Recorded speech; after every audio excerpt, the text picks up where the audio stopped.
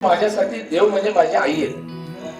माझ्या आईने मला म्हणजे फार अडचणीतून उभा केलेला आहे. तू माझी आई, तू केले सर्व काही माझ्यासाठी.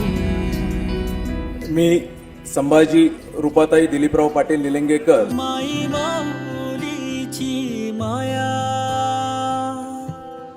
अनमोल माया, ऊन सावली सुखाची,